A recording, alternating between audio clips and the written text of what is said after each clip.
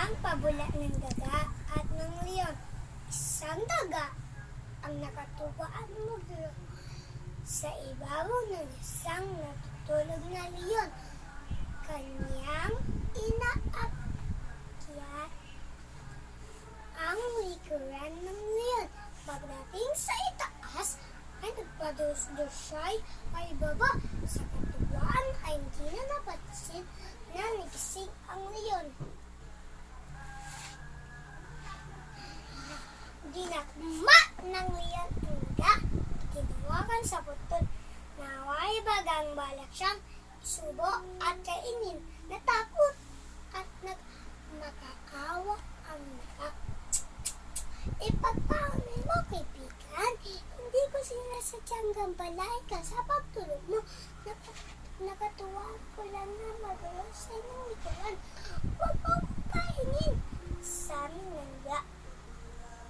Nabakas na leon sa muka ng daga ang tunay na pagmamag-awa.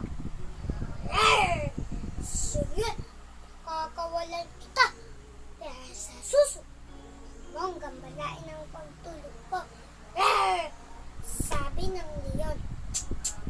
Salamat, kaibigan. At nagagandirin ako sa pagkiyan mo.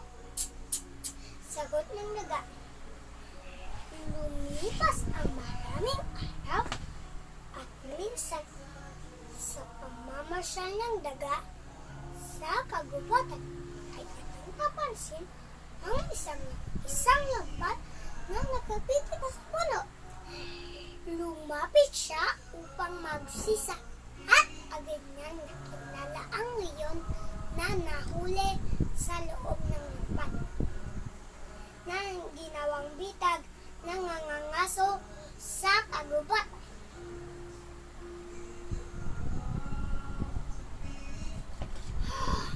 Dali-daling inakyat ng daga ang puno at minagat ang lugid na nakatali sa lambat.